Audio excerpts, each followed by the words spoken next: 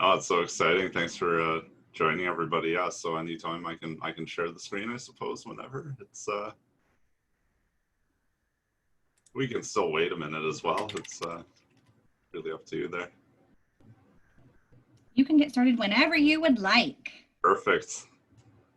Okay, well, I'm going to share my screen then. Thanks so much, everybody, for joining in. My name is Nate, and I'm really excited today to sort of present this topic to you of virtual networking. Of course, it's a bit more relevant in today's world where we're, facing COVID and everything. So, I mean, this definitely has some more relevancy of a topic, you could say, in a way. So, we're just going to jump right into why networking is so important. And I think it's something that's really important to speak to and talk about. So the number of jobs advertised in the newspapers and websites is nothing compared to the number of jobs that are never advertised. So it's estimated that between 70 to 80% of jobs are not published in general.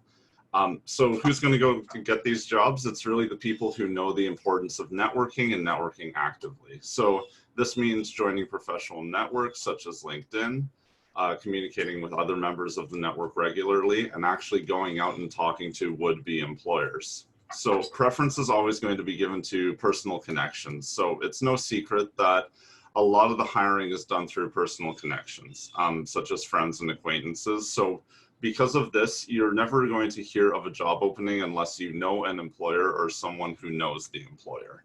Employers are going to place a considerable preference for candidates that they personally know and that they can trust. So instead of poring over advertisements all day, going to job posting websites and just sending out, kind of an endless stream of applications, you kind of want to utilize your time a little bit better by networking with professionals, sort of honing up on your skills and communicating with employers as well. Pardon me. So our second point on the screen here, the importance of networking, it really allows you to help others as well. So you'll find a lot that's mutual. Sorry, Nathan, to interrupt.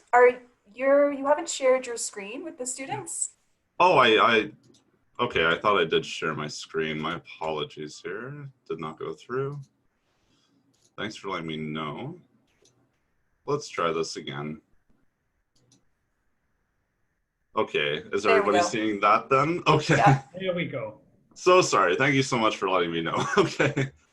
Awesome. So yeah, so second point on my screen now is it allows you to help others. So with networking, one of the most important benefits of networking that people sort of tend to overlook is that it allows you to help other people as well. So granted, our motives in the professional world are going to be kind of rarely altruistic, or meaning that we're, looking after everyone in particular, but helping someone else with their career goals can also be really, truly rewarding. So when you're engaging with employers, when you're talking to employers, when you're making those network connections, remember that, they do see a mutual benefit in this. You have a lot of skills and, unique talents to bring to the table, and they are also looking for a potential employee that could offer a lot to their organization as well. So just keep that in mind when you are networking, that's helping them as much as it is helping you as well.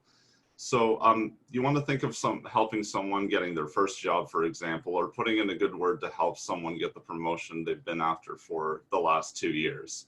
What's more, helping out a professional connection means that they'll kind of owe you one in a way, which means that by making introductions and helping other people connect, you're essentially paving the path for your own personal success. So it's really setting you up by staying on top of networking. Exchanging fresh ideas as well. So most of us try to stay up to date with changes in our fields, either through continuing our education or reading up on industry news. However, there's a wealth of knowledge out there which you can gain access to simply by talking to other professionals in your industry. So thinking of virtual networking, LinkedIn is an excellent example of a way to do this if you kind of want to start to explore some ideas. Being on the receiving end of these fresh ideas allows you to introduce your new practices in your workplace and not only impress your boss, but more importantly, it helps you to sort of remain on top of trends and developments that are in your own industry. So this is not just healthy for your employment status, but it's also a great first step in your professional growth. So 3 here, it makes you more visible. What a lot of professionals fail to understand is that the fight to stand out from the crowd does not end once you get the job. In fact, making yourself visible in the workplace is not only more difficult, but it also requires a bit more finesse as well. So one of the advantages of networking is that it helps you to become more visible to the right people. So through your contacts, you can gradually become that one person that everyone knows. And a lot of people get overwhelmed by that idea of how do I establish these kind of contacts?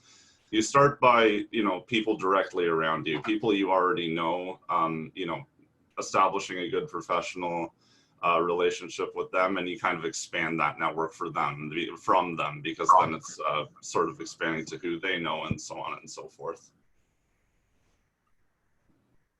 And then also we're going down to open the door to new opportunities. I think that one speaks for itself because, by networking, it just makes you more visible. So naturally you will get more opportunities through establishing and expanding your networking base. It allows you to express your opinions as well to a professional network. They're there to share opinions about your industry and exchange information. It's easier for you to discuss industry-related matters as you're networking and growing that communication network.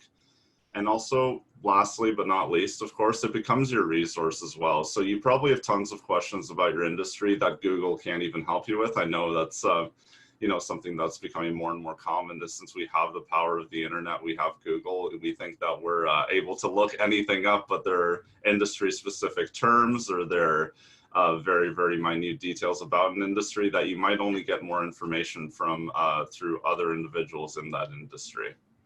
So that's about it for that side there. Robert, I don't know if you had anything to add from this one. No, I'll add a little bit more on when we get into sort of some of the particular people we want to network with. Perfect. I just wanted to make sure there. So we'll keep going forward then. So with this networking slide, as we mentioned before, networking essentially is just connecting with people that you know to ask for referrals and job leads. You want to seek out new contacts in order to build your network and generate leads. You want to consistently grow your network. That's something that's very important. So like I said, you kind of start with those that are directly around you, maybe coworkers, friends, people that you volunteer with. Remember, it's not just job experience that we're talking about here. This could be through volunteering. This could be through school as well. And again, networking is a two-way street. So be sure to connect with people who also connect with you. So again, thinking virtually, LinkedIn is an excellent way to do that. Start with people you know and branch out. So people you know may not have jobs for you, but the people they know might. So don't get discouraged if the trail kind of runs cold with a few people that you talk to. Just make sure that they're keeping you in mind. And a good way to do that is by consistent communication with them. And an opportunity could spring out of nowhere from that. So of course, networking can be formal or informal, kind of depending on the appropriateness of the situation. And then it can be anywhere, anytime, even online. Again, the internet is just getting more and more powerful as a job search tool and as a networking tool. So be sure to utilize that. Yeah, just to mention, really, things are a balance between what you know and who you know. So you'll get a superb education at Fanshawe. So that's what you know. But at the same time, it's building that who you know along the way.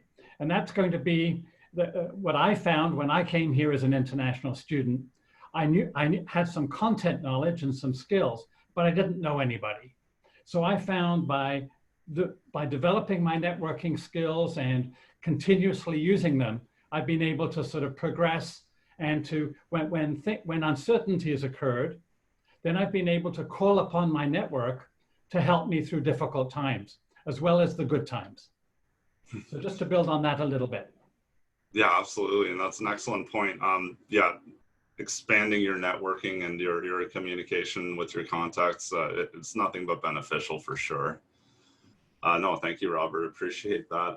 So these are kind of some ways in which you can network. You might be sort of getting these wheels spinning here and thinking, I should really be expanding my network base. This is some a few tips on how you can do that. So utilizing your career services. So pat on the back, that's what you're doing right now, because I'm here from Fanshawe Career Services, and really excited to just kind of present some of this info to you. So we've utilized some career services already, actively engaging with your faculty. So when you are enrolled in school, when you are taking classes, just speaking candidly to your instructors even about how much you enjoy the program, the course, you know, just the information you're getting out of the course. That's a great way to start networking on its own. Reaching out to other faculty that are involved in the school, using LinkedIn, like I said, and you'll hear many times for sure, for professional networking. It's an excellent online networking tool. Talking to recent graduates, specifically from the program that maybe you're interested in getting into or you're already in. It's a fantastic way to kind of branch out and do something called an informational interview, where you can ask a few questions about their career path and see if maybe that can line up with some of your goals as well, and you get an idea of what you need to do to be successful in your career path. Take advantage of networking events such as this one. So again, pat on the back. Use your semester break. You know, when you get a little bit of extra time, you can definitely establish some online networking contacts with the spare time that you have then. Again, I jumped ahead on myself here, ask for an informational interview. So again, this is just reaching out to a manager saying, hey, I really am interested in your company or working in this field. Could you maybe offer a little bit of guidance as to what your path was and some other follow-up questions that you might have for them? And then connect with your company of choice on social media. So that's a big one. Companies are definitely more and more embracing social media. So utilize that as a tool to directly contact the companies that you're interested in for sure. Okay, so now we have this question here that's very standard, and we're always asking this for ourselves when we're on a job search, when we're trying to network, is the tell me about yourself kind of question. This is one that no doubt, when many people are asked this question at first, a lot of them respond with kind of woolly and wandering statements, we like to call them. So sometimes including a long career history, starting with their first job, or with a detailed and bitter account of why they were no longer at that position, for example. They missed the opportunity to present themselves in a clear and precise way. So we want to encourage people to develop and practice a nice short and focused TMAY, or tell me about yourself, which is just going to include a few pieces here. So you want your key skills, you want your most recent work responsibilities, including the names of the organizations you work for, evidence of some achievements, and also kind of what it is you're looking for. So it's just remember to highlight that everyone has skills. Everybody has their own individual unique skills. It's important to identify which skills are transferable to other situations, which are going to be valuable to employers. So if you've had customer service representative experience, for example, I'll pick on a common one, you'll obviously have a lot of customer service background.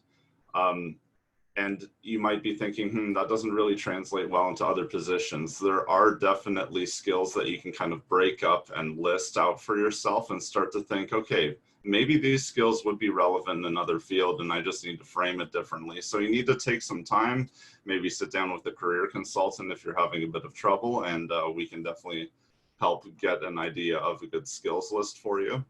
So with this, tell me about yourself. I'm just going to throw this up here because we're looking for what's called an elevator pitch, or a 30-second kind of commercial, polished and ready to go, almost like a 30-second commercial about yourself in a way.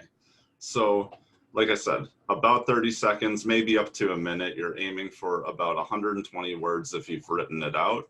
The best way to practice it, I find, is to really write it out and kind of saying it in a natural way. So you know, you want to avoid like kind of claims such as I'm a good team player or I'm focused and determined, because who really wouldn't make such claims? I mean, instead you should sort of include something more concrete, like I was responsible for a team of 12 people who delivered a major IT project that resulted in the savings for ABC company. Now that's obviously a big one. That's a bit more of an involved role than many of us have had. So you might just want to scale it back to something more realistic, but something along those lines. You just don't want a blanket statement like I'm a great team player, for example, because everybody could make that claim. Like we said, you want specific examples and you want to keep it nice and short. So some people do find it hard to articulate the kind of opportunity they really want. So I mentioned that before. You also want to know what you're after in this situation, because you know, it just kind of respecting each other's time. If you have different goals that maybe, you know, aren't really in the interests of this hiring manager, then it just might not work out. So be sure to respect your own time as well and be honest with yourself and what you're looking to get out of this chat here. So, sorry, I almost lost my place there. So if you're speaking to somebody about an opportunity, they might say, I'm a manager who could tackle any administrative position. So this may be true, but it makes them hard to remember and kind of hard to help. So it's better to say something like, I'm a qualified project manager and I'm looking for an opportunity to help run a major change project. So if you're hearing something like that, then this manager has very clear expectations and goals of what they want, and you want your elevator pitch to sound something similar to that. So the tell me about yourself really is invaluable, because it's not just valuable in interviews and not just for job seekers, but really anyone who networks is going to need a short description of himself or herself. It's useful when you meet people and they just want to get to know you, and obviously it can be adjusted for different circumstances, but generally those core elements kind of remain. So most jobs, as we mentioned before, are not advertised, but are filled through contacts. So networking is going to be a crucial part of the job search. And your tell me about yourself, TMAY, is the important way to, is an opportunity to tell people concisely what you are and what you want. So you might only get one chance. So you want to keep it kind of short, focused, and memorable. So again, just to go over it real quick, you want to introduce your qualifications, skills, and accomplishments. You know, what makes you different in that regard. It must be specific to the job that you're talking about. And keep it work and career related, possibly include some interests and hobbies to demonstrate your personality if that's appropriate. You kind of have to read what's going on at that point. And then prepare some key points ahead of time. You know, you don't want to be kind of stumbling over your own ideas of, okay, what do I want in a career and what kind of skills do I have? You want to have established that for yourself already, so you're not kind of going in. You're already going to be a little bit nervous, so you don't need any additional uncertainty on top of that. So just be sure that you've sort of written everything out that you want to say. And I'm just going to move forward there into just some ideas of how you can dress for such occasions, because when we're talking about networking in general, usually we're talking about things like physical job fairs. Of course, at the moment, the world's a little bit different. However, it's still important to talk about dressing appropriately for sure, because as you see, for example, today I'm just dressed in Fanshawe red because I knew that we'd be having a presentation today. So I just wanted to look the part. So even if you know, for example, that you're kind of stepping into, say, a phone interview, you don't think that you'll be seeing the employer face to face, it still sort of bolsters your confidence and makes you feel better if you're sort of dressed up and ready for the occasion, rather than just, you know, being in your pajamas or some more casual clothing, for example. You want to kind of feel the part that you're getting into as well. So if you're going into a virtual interview or some kind of virtual networking event, definitely dress the part. It's going to give you a lot of confidence.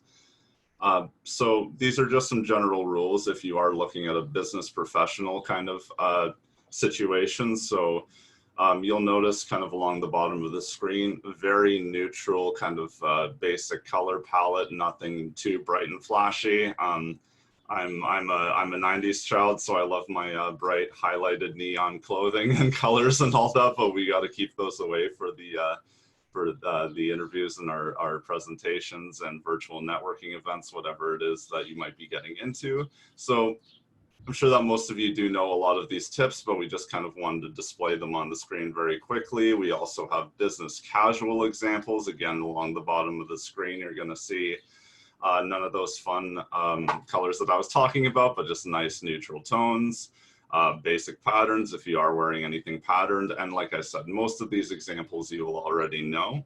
I will go over the what not to wear in these kind of situations. So again, this really applies to any networking, physical, virtual. So You don't want any sportswear, of course, with our bottoms. You don't want any shorts, baggy jeans, ripped jeans with shoes. This is more if you're in a physical environment, of course. So, you know, obviously no running shoes, open-toed shoes, things like that.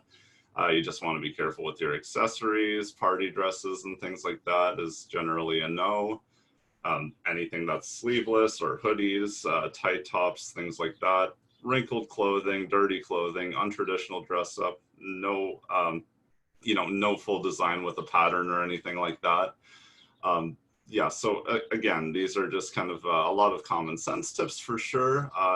And I'm sure that nobody would really make any of these mistakes, but it's important to go over. And I think it's really important to drive the point home, like I mentioned, that even if you are just networking from home, even if you're just networking, you know, and you're not even conducting an interview or being part of an interview or anything like that, you should still kind of dress the part and kind of, like I said, it does bolster your confidence, absolutely, if you're just feeling the part as well.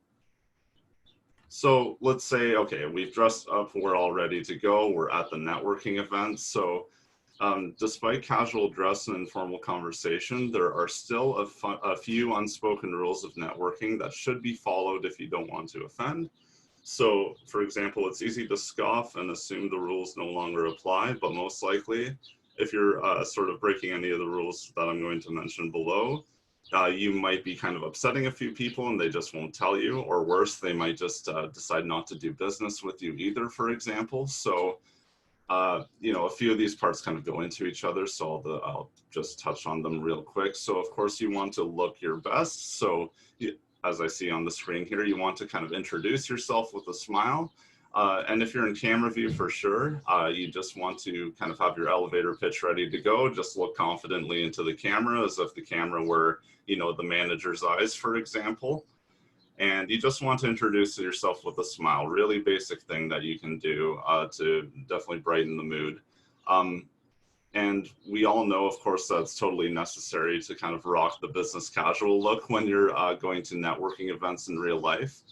And like we mentioned before, you want to pull it off for a video chat as well. So whatever you feel that the physical occasion would be, you want to kind of dress like that at home, just to dress in front of a camera. If it's business casual, that's kind of how you want to dress, for example. You want to know some facts about your industry for sure and brush up on current events. So a lot of the time it's quite easy to just assume that, you know, you can Google the company that you're applying for. You might see some news about perhaps events that they're doing within their own community. Maybe they're part of a charity fundraiser or something along those lines. And that's great information that you can put into a networking event, and it lets the employer know that you've done a little bit of research about them as well, and that will definitely take you a long way. You want to focus on them. So a great networker is going to know the 80-20 rule. So at an event, you should focus on gaining information about your new connection, and the majority of the conversation should be about getting to know them. So again, 80-20, you want 80% of the focus to be on them and about 20 about yourself. And that kind of goes in line with our Tell Me About Yourself platform. You've got about half a minute to a minute to sort of tell them everything about you in a way related to, you know, networking for the purposes of getting, you know, maybe established with a career out of it. So you want to remember that, you know, you keep yourself to about a minute. We're really there to get a lot more information about the employer. And also don't be afraid to discuss areas outside of your industry, but keep it professional. You know, not oftentimes you might not have this much time to speak to an employer, unfortunately, to really get anything outside of the first few points that I've mentioned here. However, you can feel free to also, you know, casually talk about other professional items as well, if that's something that you choose to do. And I'm just making sure very quickly that I didn't miss anything in my side notes here. No, that's about all we had on that slide. So this is an important slide because it's important to remember that while you're networking, your network really is your net worth. So getting the most from your investment involves, you know, a couple different steps. So say, you know, we've gone to a virtual networking event, we've established contact with a few employers. So there are definitely kind of some steps that you can take to ensure that you're maximizing your investment in time and in your attention to towards the employer, sorry. So you want to thank everyone that helps you in person and with a follow-up letter. So say one of your employers did lead to a job lead. I mean, that's fantastic. That's the whole reason that, you know, we really do want to establish a strong networking, you know, a strong network is because, you know, we are trying to find a way into the job market, of course. And so if you are offered a job because of someone's help, obviously give them a thank you letter, you know, thank them for their time. Thank you for the opportunity that they presented to you. And you want to keep those who are interested posted on the progress of your job search or career change. So you can keep those people posted as well, because they'll very likely be able to provide references for you in the future. And you never know, one day you might be able to help them perhaps with a major project, or maybe even as an employee for them. So just remember to make yourself available as a resource for other job seekers and treat them as you would like to be treated by those with whom you network. So remember, as much as you are networking, you might also be part of somebody else's network. So definitely consider yourself, yourself as a valuable human resource to yourself as well as to others, because you never know when someday somebody might be reaching out to you, and you certainly want to help them out as somebody else has helped you out in the past, for sure. Is there anything you'd like to add there, Robert, or should I? No, please move on. Yeah. Perfect. So if you're shy, remember just to try to smile, of course. So we're going to go over that one a little bit, because you don't want to really sweat the meet and greet too much.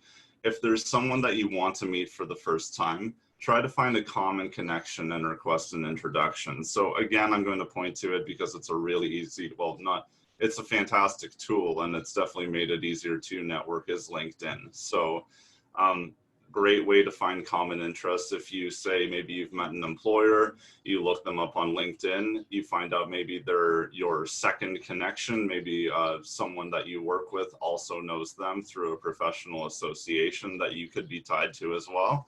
That's a fantastic that's a fantastic way to introduce yourself and say, hey, we're part of the same professional association. You know, I'd love to speak to you sometime about your career path, because I'm on a really similar trajectory myself. Writing down your questions. So again, it's a two-way street. You can't let the other person carry the conversation for you. And if you're not confident about just spontaneous talk that will happen when you're networking, you want to try and write down a few questions, like, what does your typical day look like? What got you into this career path? What hobbies are you into? What do you wish you had more time to do? So while these may seem like kind of overused conversation starters in the aspect of networking for, you know, for the sake of, you know, establishing a career or establishing even your first job within a career, it's a good way to start a conversation with these kind of questions, for sure. Just make sure that they're questions that you're legitimately interested in asking them, and you're not just asking questions for the sake of asking them. There's always questions to ask, so dig deep and see what you really want to find out. Your listening skills are your assets, absolutely. So listening attentively and asking a few thoughtful questions can help fast track your way to a meaningful relationship. So you can do this by a couple of the points below, throw in some compliments. So you know, you can think about giving the employer compliments. If you don't feel like saying it, you absolutely don't have to. It's just something kind that you can add in there. You don't want to give unsolicited advice. So again, this kind of ties into our listening skills. You can talk about as many things as you'd like to, but you want to avoid unsolicited advice as much as possible. Like, you know, maybe you shouldn't work too much, or if I were you, I would do this with the company. These are things that aren't really appropriate for that time being. It's certainly a conversation that you could have as an employee later on, but right now we're just trying to establish ourselves as someone we're networking with, as an acquaintance, maybe as a professional contact. So we're not really diving that deep into conversation. And remember that you might not be the only shy guy or girl in a networking event, and it's very likely the case that you're not. So you are more than likely not the only introverted person at your table, for example, if that kind of speaks to you. The person next to you or the girl across the table may be just as nervous. So if you're at a networking event and you're sitting with a group of people and it's a little bit quiet, and you are at a networking event, so the purpose is to network, you know, instead of looking around and being scared to death, you can try and go ahead and start a conversation, because, you know, the worst case scenario is you may be ignored, or it may end up not going quite as planned. Maybe it's not a successful contact in a way. However, it also may lead you to a great conversation that you'd otherwise miss if you remain silent. Nathan, what I find is after you've met the person and you've thanked them, and you've either virtually or if it's in person, you've got their business card, it's really important to remember the 2 or 3 key things that you remember from the conversation. And then you can follow up and say, you know, I really appreciated your advice about this, or thanks for sharing this about that. And then keeping some records about who you've met in the conversation. That way, then you build from one interaction to the next interaction. And so I find that critically important. That then shows you valued the connection. Excellent. No, and those are great points. So yeah, definitely keep notes of what is going on in the conversation. If you are receiving some additional information that you truly didn't know before, maybe it opens up some questions for you. Maybe, as Robert said, it kind of, you know, provides some highlight and some more information for yourself. Bring it up, absolutely. Thank them for their time, for the information, and for all the resources that they've provided for you. So no, that's a really great point. So we're going to, again, talk a little bit about LinkedIn. I know I've said LinkedIn maybe 5 times, but I really, really encourage its use, because it is such a great professional networking tool. And especially now, since you know, we are more and more reliant on the internet, definitely use LinkedIn. It gives you access to professionals and companies that are in your field. LinkedIn is going to allow you to network with anyone, anywhere in the world, really. A professional profile gives you an overview of your skills and accomplishments before you connect with potential employers. So if you're not really all that familiar with LinkedIn, more or less it provides almost like a virtual resume right on your page. So you have your list of employment experience, educational experience, volunteer experience, anything else that you might want to throw in there as well. And then you can sort of build and establish and really start to grow your network base based on just those few pieces of information, because LinkedIn will start to connect you with maybe members of, like I mentioned before, a professional association that you're tied to, or just simply your employer, or even your school, for example. LinkedIn is a powerful human search engine, which allows you to find the names and contact information for employers. So we also have occasionally run in the past LinkedIn events, so like a LinkedIn local event. So you want to kind of keep in mind, using that example, that many people at the event are not going to have an undying love for LinkedIn. So there are always going to be some people at a networking event who are there to accompany their friends or to hear a specific speaker, for example. So every LinkedIn event is first and foremost a networking event. So let's just talk about it in terms of like any other networking event, since we don't really have any of those local LinkedIns going on right now. You know, so networking events are not limited to any one industry sometimes, which means that you will have everyone from startups to bureaucrats potentially.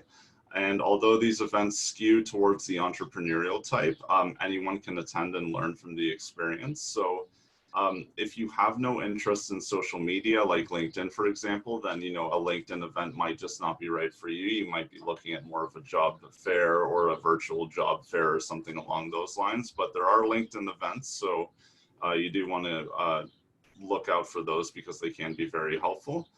If you're ever in a situation where you're at a networking event and there's something like a Q&A session with a group of employers, asking questions is going to be a great way to break the ice for yourself. So asking questions is also an easy way to kind of leave an impression on the speakers, who are often, you know, very well established in their fields. You want to lean into the social media. So you want to kind of lean into the social media elements of a LinkedIn event by live tweeting the panels and posting a summary on LinkedIn the next day. So for example, if you've attended a networking event, you can put that on LinkedIn that, you know, you had such an exciting opportunity to meet maybe this group of companies and meet these employers. And that's a great way to establish your LinkedIn profile as well.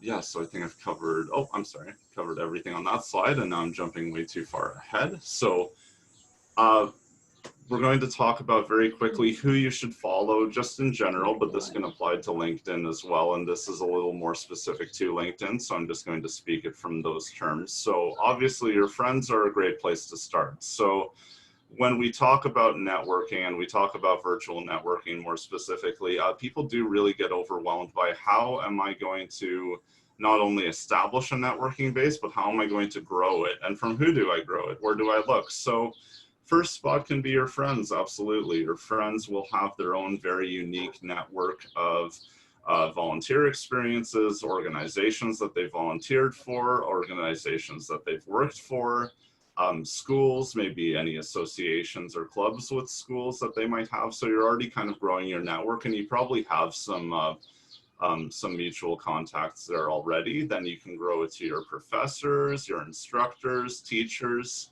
Then you can look at coworkers and former coworkers, network event contacts. Again, if you do go to a network event, be sure that you get some names and exchange your LinkedIn accounts, for example. It's a great way to do that.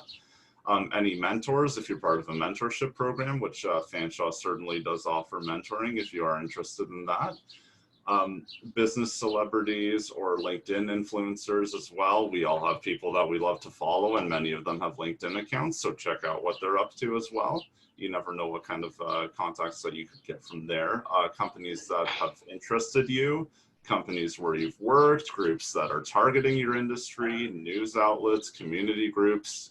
It's a long list for sure, but if you are ever kind of overwhelmed by, who do I talk to, there are no shortage of individuals that you can add onto your LinkedIn. Nathan, and Yeah. I agree, if for those on the call, if you know specifically what kind of industry sector you want to be in, or what kind of what professional grouping, there are chapters of various different groups in London that right now are having lots of virtual meetings. Many of them have student memberships. So I'll give you an example of that. The human resources professionals, they have a student membership. They have lots of different events. So you can build those connections starting remotely for that to happen. Or maybe you're into marketing and communication. So we have a chapter of the International Association of Business Communicators. Or maybe back home, you're a Salesforce expert. Well, there's a Salesforce group in London. So there are all sorts of, depending on what your where you believe your skill set is, and the industry or the profession or the area that you want to work in, there are lots of different organizations locally to connect with.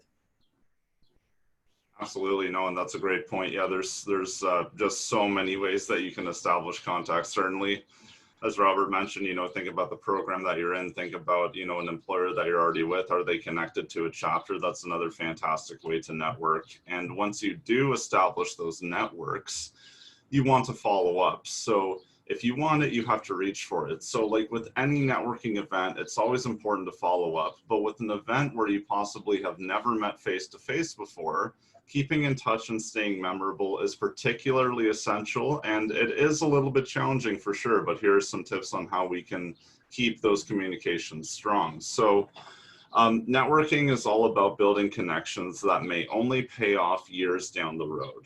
So remember that as well, and that is why it is so important to kind of keep up your contact base and keep them well informed and stay in touch with them. So this means that connecting on LinkedIn or other social media networks and then setting up a system to remind yourself to check in with them is going to be very important. So on LinkedIn, you can even set a reminder directly on a new contacts profile, which will ping you to touch base every few months. So again, it's a really fantastic tool. It allows you to organize yourself a little bit better in terms of, who haven't I spoken to in a while?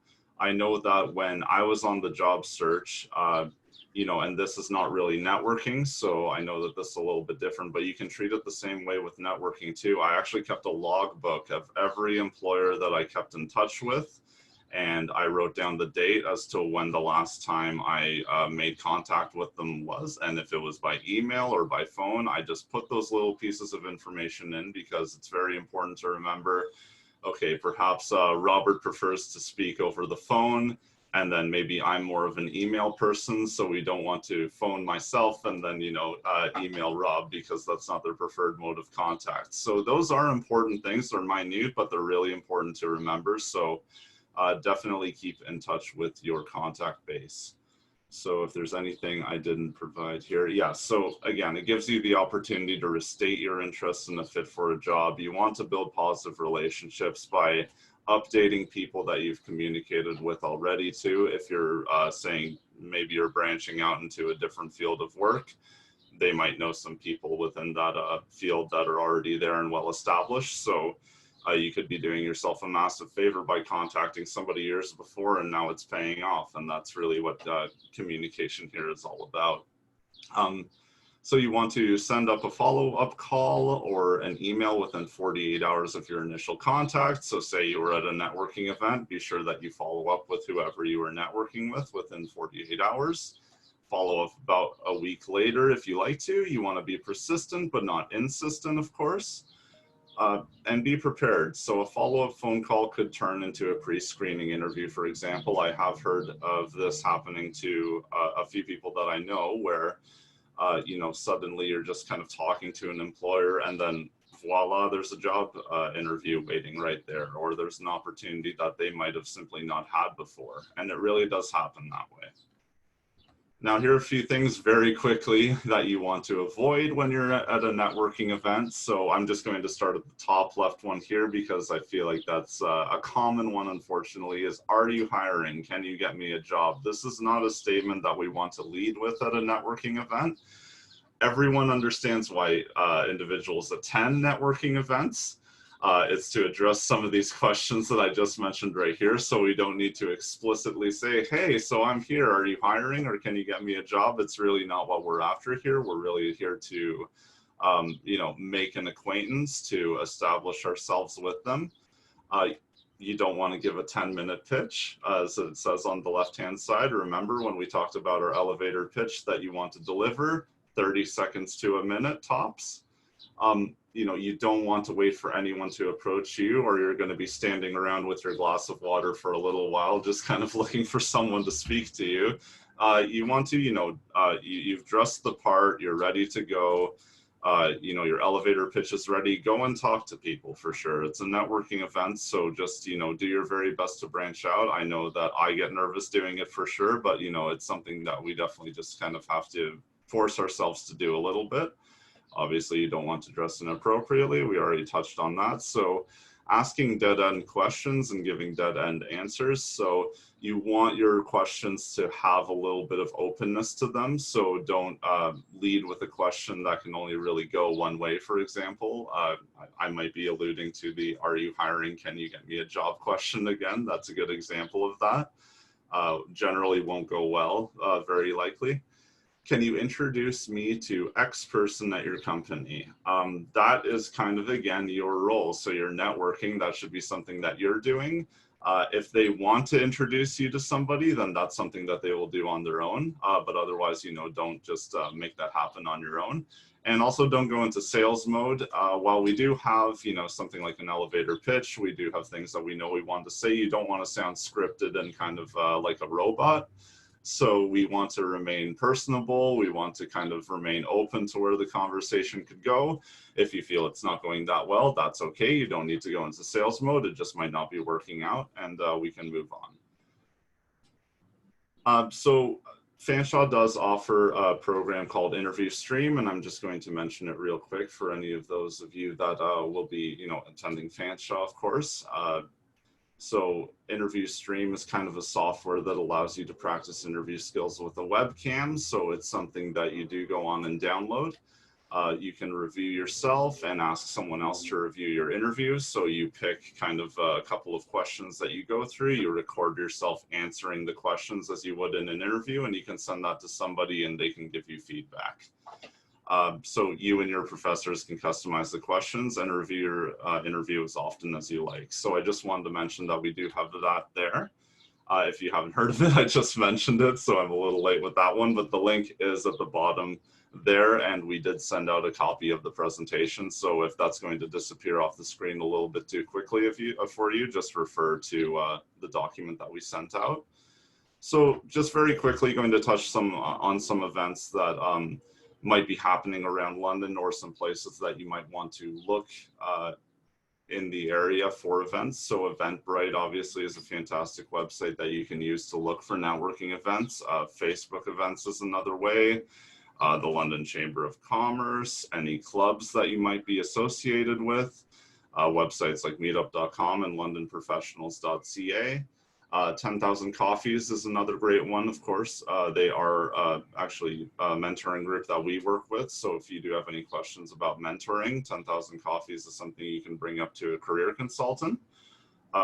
Any groups that you can join on, again, Facebook or LinkedIn, and then LinkedIn as a platform itself is an excellent tool. So that is really the end of my slides there. So thank you so much for just attending the virtual networking segment of today here. Thanks very much. And I think I'm up next. So Caitlin is helping me get the slides up, I think. Perfect. So I'm going to stop my share here. Well, thanks very much, Nate. I think there's lots of really good information to build upon, and I'm gonna sort of emphasize a few of the same ones. I want to introduce you to some resources in London and give you some general sort of tips along the way from what I've observed from our very close relationship with Fanshawe College and helping international students succeed in London. So I want to share some good news with you, a few of the little challenges along the way, but also some things that I think can help you really get started. So to tell you a little bit, we're the London Economic Development Corporation, which is contracted by the City of London to really help attract new businesses to London, to help them grow, and to make sure that, as you can see in workforce to development, to make sure that we're actually connecting talent to opportunities.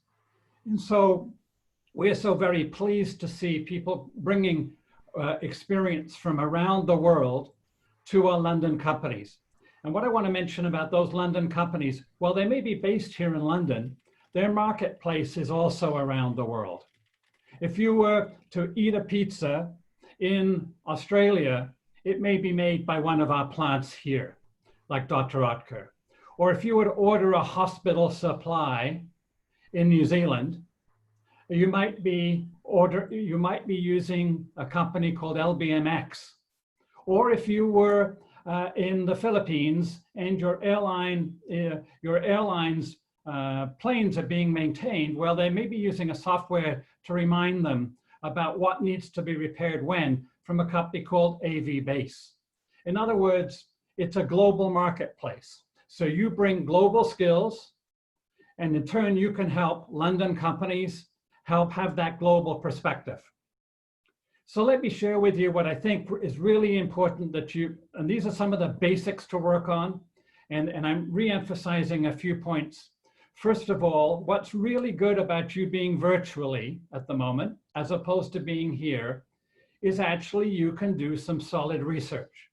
Most job seekers often, and many students, often wait until near the end of their course before they start their job search.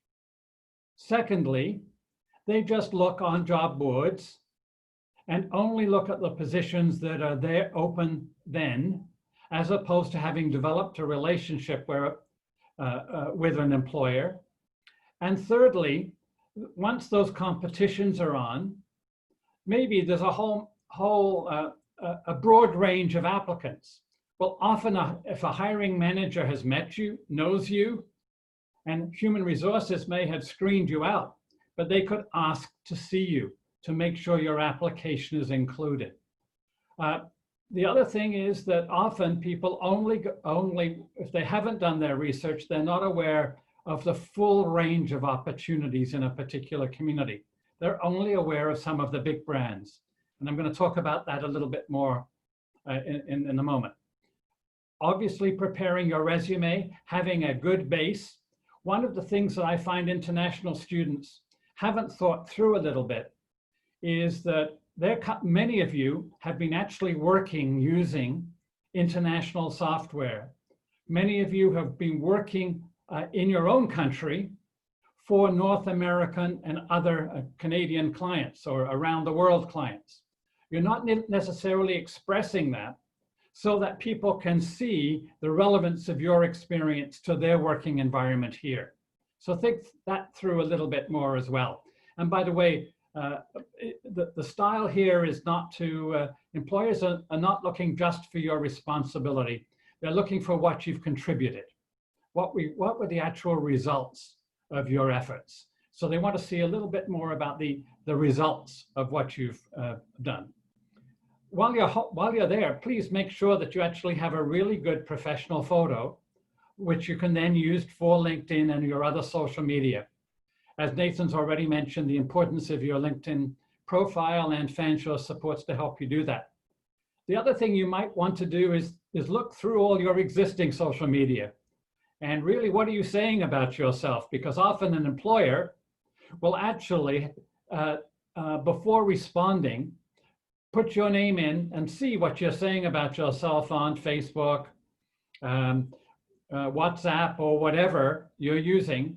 And maybe you might not have material on those websites which actually give you the best professional image. So think about sort of making sure that you've done that. And as Nathan mentioned, it is critically important, and I would suggest this is a lifelong activity, is please make sure that you are tracking who you've met with, what they've said, perhaps building an Excel spreadsheet that helps you look at those and maybe put reminders in about when to recontact people. Incredibly important to do that, to develop that support. Now on to the next slide and some good news.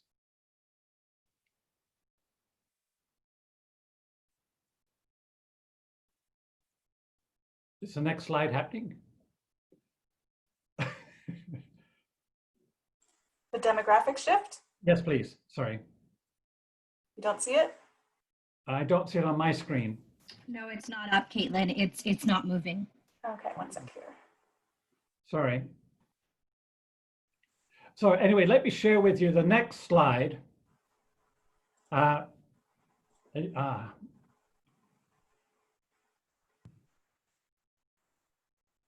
Is it coming up? We just have a black screen, Caitlin. Yep. Okay, can you go to the next one then, if that's not? Hey.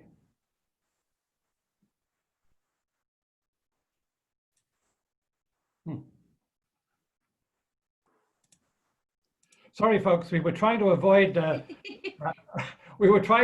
by having Caitlin operate it, normally I would have made some kind of mistake to move it forward. So is what I sent you it looks like I got it up. I'm just going to see if I can get it to move. Sometimes it freezes up on one person and works for somebody else. And yeah.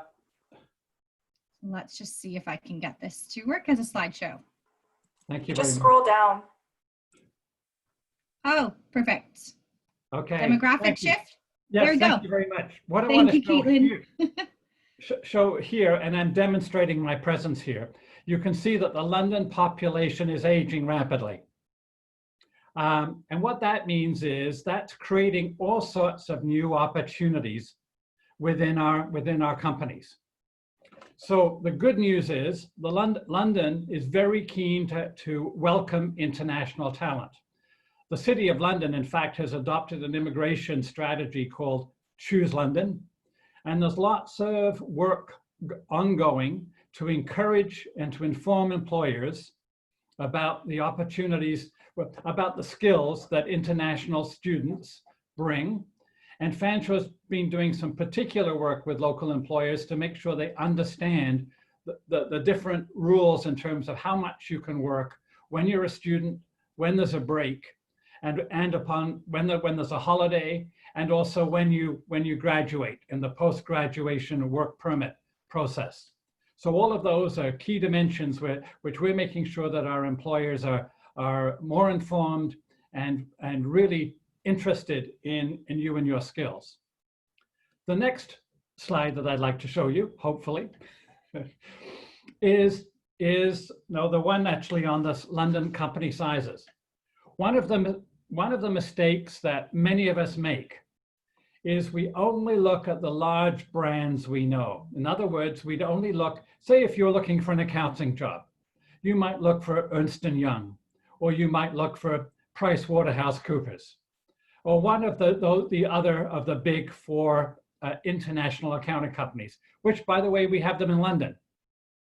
But we also have another 20 or 30 accounting companies which are smaller in size and are local, with great opportunities, who have been successfully welcoming international talent into their companies. So it's critically important when you think about that, is not just to look at those large companies, the 100 plus, but to look at those with the smaller and medium. And then what does a smaller or a medium-sized company offer? They often everybody does a little bit of everything in those organizations. So they really want to see how you're a team player, how you're prepared to do other roles, even if you're, say, a specialist in an area. How are you actually working with the team, because it's a smaller enterprise? So it's very important how you express some of those group activities, how you communicate well, and you're a team player when you're developing your resume. So moving on. Are there jobs now, and how can I find them? Well, I want to let you know that there are some very good jobs open in London right now. So let me share with you some of the ways where you can. Some of you were asking if there are job fairs coming up. Where can I find jobs to see what's happening?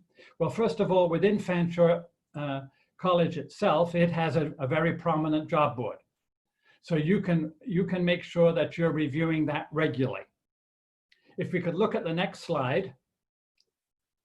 No, sorry, back. There we go. I'd like to share with you sort of when you're looking for which companies to network with, first of all, from our website, we have a great business directory. It allows you to find out about companies in 5 key segments. It does it by size, but also what they do. And that can help you sort of really find out more about those resources. We also have a concierge, which actually helps you find everything from shopping through to recreation opportunities, to where is a religious place that I might be interested in, etc. So that's also there. But we also have 2 websites which we run directly, London Tech Jobs and London Manufacturing Jobs. Both of those give you a clear, crisp focus of those key local segments. What's also powerful about them is they also link into, as you can see on the bottom of the slide, something called workforcedevelopment.ca/jobs. When I looked at that job board yesterday, it had over 3,200 open positions in the London and the immediate area around London. So a very good way, and by the way, you'll see above it, it says map. What's powerful is that's also geotagged. What I mean by that is you can actually see from where you are at Fanshawe College, what's the distance from Fanshawe College to any one of those employers. So that really helps you think about when you're thinking about both full-time or part-time work, what's the distance? Can I take my classes? Can I work part-time at night or on the weekends, etc. So a very useful tool to look at where the jobs are located, as well as what the jobs are. To let you know that London has an incredibly vibrant tech sector and manufacturing sector. But when I say that, it's just not those technical roles within those positions. They're looking for finance roles, human resources roles, sales roles, etc. So don't be confused by, or put off by a company's name or an industry sector, depending on what your studies are. I saw somebody asking about human resources jobs. Well, obviously, human resources jobs are in every single company size. Starting probably less, there might be a generalist role in the 20 or less of it, and moving into more specialized roles as you move into the 20 to 99 and then above. And by the way, when I say that, they're expecting you to be able to do everything in some of those smaller companies. When you're a generalist in a small company, whether it's a finance generalist, whether it's a sales representative, whether it's a human resources, they're expecting you to be able to really understand the business and make a contribution. Oh, what's the average payment for students? Well, the minimum wage in Canada, I think, is $14 at the moment, and it's going up in October. And that wage, by the way, we don't have, that's for anybody, I think, over the age of 18. We do have a wage difference less than that. And there's also a slightly different wage if you're in the hospitality industry, because they're expecting you to earn tips in that environment. But I think it's $14 at the moment. That's the very basic wage for a basic position. That's the minimum wage. But what you can find out, and this is where I think you will find this a very useful tool, where you see the Federal Job Bank on the bottom, additional resources, they have a tool called wages from that site. So what you can do there is you can go onto the Federal Job Bank, you can put in for the London region, and then you can put a job title in, and they will give you the low, medium, and high for particular job titles. So that's very useful for you to think about and that also helps you when you think about when you're negotiating for that job, are you being offered a reasonable wage for your role, especially upon graduation.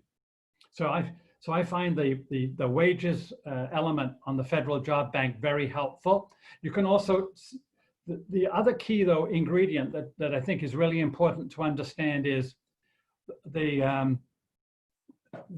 importance of the affordability of a community in terms of the wage. And I'll make sure that I send you another site where you can actually where you can look at what is the relative affordability. If you earned $60,000 a year in London, how much would you need to earn in Toronto to have an equivalent life? And by the way, I wouldn't mention that unless of course, it would be a lot higher. So in other words, you'd have to earn a lot more in certain communities for the same role. So it's really important to think through that. And I'll find that website and make sure that, that I send it on. If you could move on to the next website. The next slide, sorry. So this is where building those kind of connections right now, doing some of that research, looking at where are the part-time jobs, summer jobs, where are that first, doing some of that company research now, building those connections, using the methods that Nate has mentioned, will stand you in good stead. And you can do that offshore because then you've narrowed your search for when you arrive here. Can we move to the next one? So some quick tips. Okay, start working on refining your standard resume, but then being prepared to change it to match to the particular job descriptions. Also work on a cover letter. By the way, a mistake that I find in cover letters is that people talk a lot about themselves and not about what research they've done about the company, how they understand what the company is, how they understand what the role is, and then how you are a good candidate because of your skills and experience. So you're not demonstrating you know what the company is. And by the way, I've seen so many cover letters where people have used the wrong company name in their cover letter because they have responded quickly to many opportunities rather having done good work for a few. The next thing is, as part of that research, people don't spend enough time really reading the relevant job descriptions to try to think about, and by the way, a good job description is organized from the most important duties to the less important duties. So it's really important to focus on those 4 or 5 top skills or results or responsibilities in your response. Yes, you may, if you've got a particular interest in some of the lower ones, but it's really look at that. Those first 4 or 5 are critically important for you to pay attention to. And then, by the way, when you look at several job descriptions for jobs you want, go back and look at your resume and say, does it tell that story? Does what are in those job descriptions, do they actually really tell that story? The next is, because I've mentioned to you that you can look at the business directory, you can look at those job boards for ideas, and really important to dig into those smaller and medium companies. Why don't you identify your top 10 companies based on what they're saying, the kind of industry sector, and really making sure that you are following them, really pursuing contacts within them. And then that way, you're building that stronger relationship with a few very well, rather than trying to carry on too many that you lose track of. The next piece, and this is building on Nathan, comments is, you've identified your network, you're managing your network. Then when you're ready, it's important to share that you are available and sharing with them your best resume, your best approach. Now, the last thing that I just want to mention is what is my favorite resource for job searching? What's the one that I find really helps me put, as opposed to me thinking of the employer being in the driver's seat, what is the one that balances out where I want to work, where I'm going to make a success, where I've done my research, that this is a company that I want to work for. So the resource that I find most helpful is a resource called, and if you could move to the next slide after this one, sorry, it's called the 2-Hour Job Search, which you can find on Kindle, as well as Amazon, etc. And this really helps you refine your job search approach. It's under $20.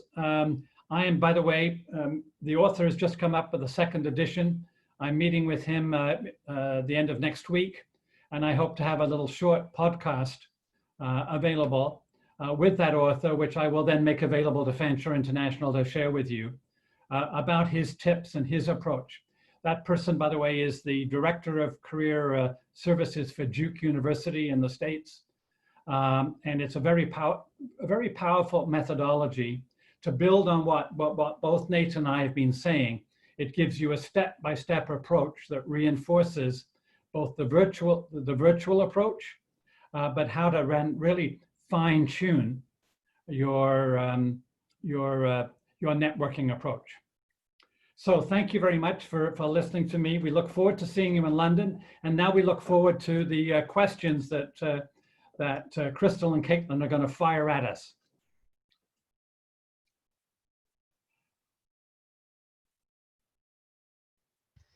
I have a question which can I ask it?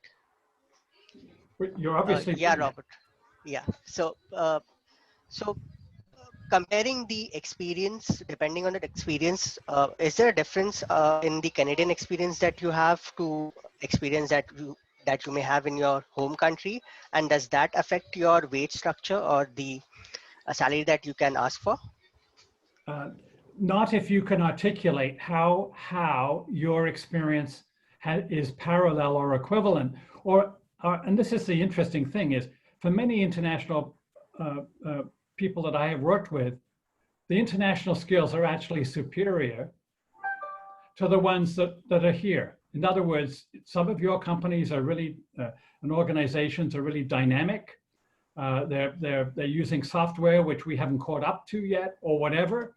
So obviously you can't say that, but you can show the equivalence. So and that's why I was using that example of many of your companies have actually been working already, that your past experience has been using North American equivalent software experiences, sales techniques, accounting practices, whatever. And for you to be able to actually clearly say that and share that is very helpful. That's bridging that gap between what it used to be, that lack of Canadian experience was a major barrier. It is becoming much less so, especially with that appreciation of the global marketplace, but secondly, your ability to articulate the relevance of your skills to a Canadian employer. Thank I you. have a question from the chat, Robert. Are there part-time? There are part-time jobs. Most of them are in person, although you might find some that are virtual. We've just had 2 summer interns, which worked with us virtually. I haven't met with them in person yet. I'm actually having lunch with them having been with us for 3 months next week, and it's their last week. So we've been successfully using Zoom, using Teams, etc. We've been able to have assignments, share work, be part of team meetings, etc. So I don't think there are that many virtual jobs, but I know that there are in-person jobs that employers are keen to see Fanshawe students fulfill.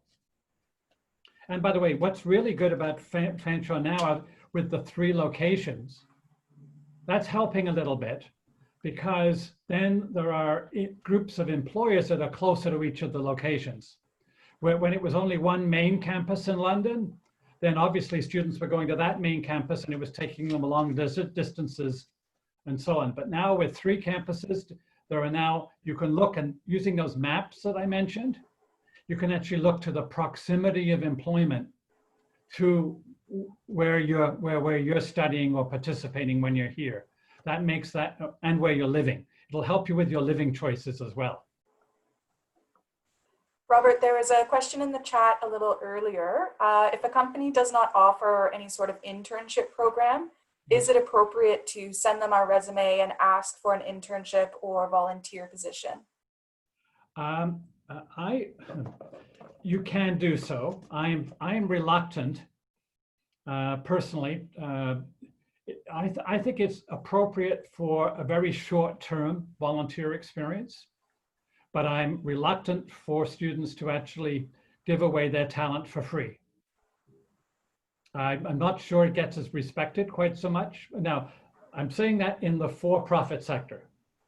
In the not-for-profit sector, they have less resources, and so often in the not-for-profit sector, they have a structured volunteer experience approach, but a lot of businesses do not have that as part of their approach, and there's liability reasons depending on what kind of role. Obviously, if it's in an industrial environment, the equipment, the risks, etc., and them having they want both full-time and part-time employees to go through all health and safety training, etc., before onboarding them. So it's a combination of risk to reward kind of decision for most of the companies. Hi Robert, what's on this side? I have a question that I heard that in London it is hard to get a part-time job. So is it true? It depends, I think, about what skill you have, what approach you have to looking for work, and what kind of work you're prepared to do and how it fits. That's why, as I say, I'm impressed with Fanshawe providing, and which it can provide to you, which is an explanation to an employer about your eligibility to work.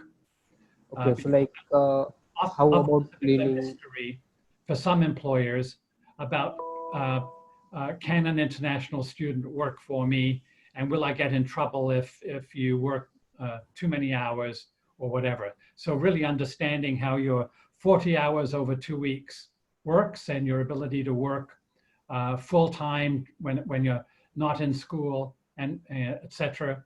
is critically important for you to be able to explain that clearly to an employer. Okay, so like, how about cleaning jobs and restaurant server jobs? Is that are easy to find? Yeah, they are, although I'm going to be cautionary about that. Obviously, we have gone through, we are still on the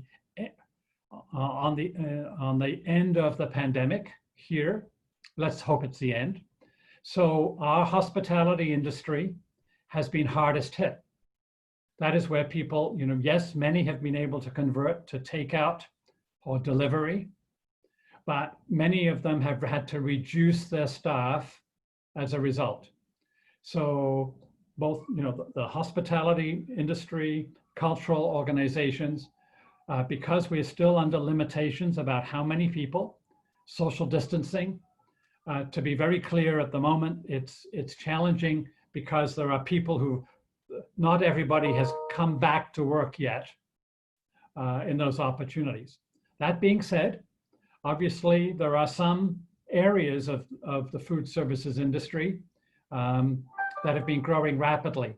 And I should mention that London, by the way, in the food processing area, London is probably Canada's leading community for food processing, and we're attracting a whole number of food processing companies that are looking for talent. There are some, we also have a major plant being built, which will open in the spring of 2022, which will hire 1,500 people. So we have, as well as several plants expanding, such as something called the Original Cakery, Dr. Oetker, Cargill has just had an expansion, Nestle. Those are all big brand names that you may know in your home country. But we've got others that are smaller, whether it be a company called LiveFit or LiveFit, et cetera, which are expanding rapidly and looking for part-time workers.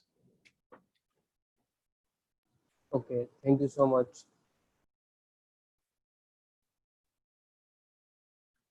Ask Nathan a tough question. Sure. Sure, why not?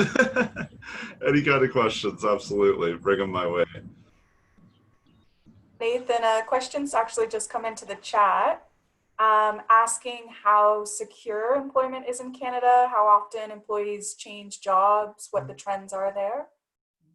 Okay, yeah, that's an excellent question. It definitely varies from workplace to workplace in different fields of work, but I can tell you that generally in an entry-level job, they'll be looking at, okay, your first 3 months or so are considered kind of probationary. So those are really the moments when an employer will sort of take the time to, gauge how you are as an employee. If you're doing well with your job duties, then they, won't need to consider any extra training or anything like that. But for the most part here in Canada, employers are definitely quite patient for sure. And they are definitely quite willing and accommodating to help anyone who is new to their company.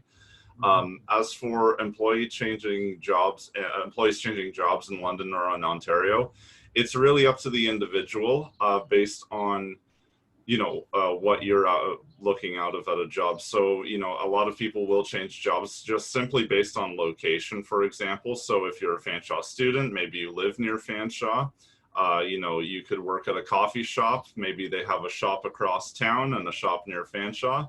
You might just want to discuss with the employer, your situation, where you are, think of transportation, think of all those things, all those little individual pieces that you will need to tie together. You'll just want to think of that ahead of time as you're applying to jobs. So make sure that you're setting yourself up for success in that way too. that you're thinking of, okay, I need to go to this job, I need to find a way there, I need to make sure I can get back in time to study or for my classes or for, you know, just whatever else you need to take care of.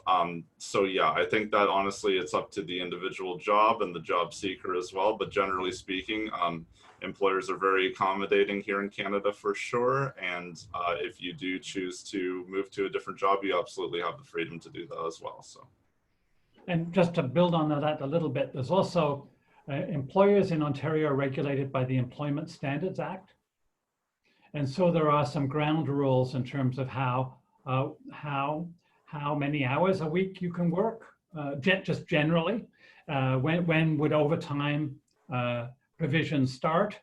What happens if they let you go in terms of et cetera. So there are various different rules under the Employment Standards Act that govern how an employer treats its employees, as well as an Ontario Human Rights Code, et cetera, all of which are designed to try to help support a healthy, productive workplace that's fair to both the employer and the employee. One more quick question that's come in. A student is asking whether they should include on their resume shorter experiences of like 2 months, or should they only be putting things that are 6 months or longer? Right, so that's a great question, one we do get frequently for sure. I don't know if you wanted to take that, Robert, but You take it and then I'll embellish. Okay, perfect.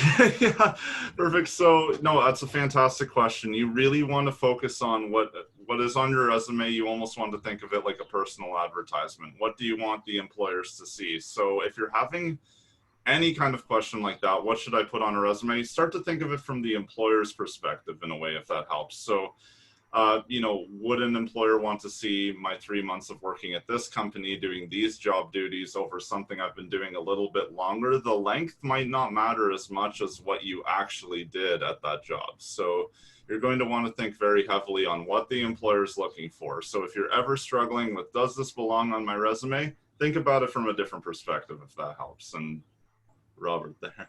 Yeah, well, as I say, and I think you're also choosing those experiences which are most relevant to the employer, your understanding of what the employer is looking for. So if you had a short-term experience that's highly relevant to that employer, then you would make sure it's there. You just need to be able to explain it. In other words, if it was 3 months, because that's actually the length of the holiday in your country, the holiday period, then that explains it, and you might put in brackets summer employment. Thank you very much. Just what I think is really important, what Nate just mentioned is, try to remove, think of it from the employer's perspective. Try to remove mysteries from your application. If you see a big hole in dates or whatever, put an explanation in.